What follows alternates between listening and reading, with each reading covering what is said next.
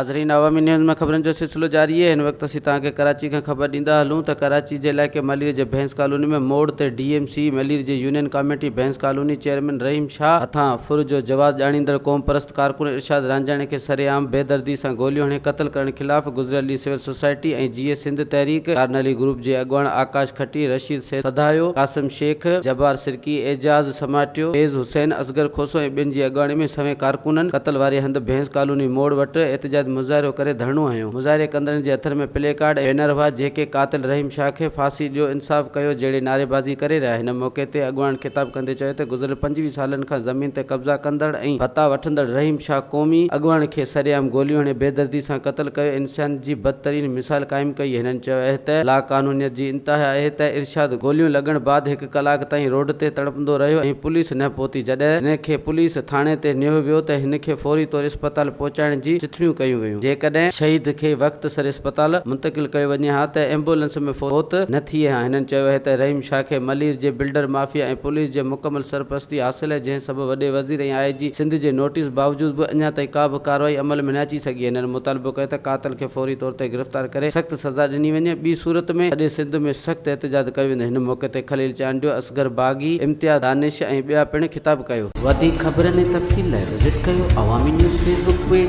YouTube page ऐं अवामी news website.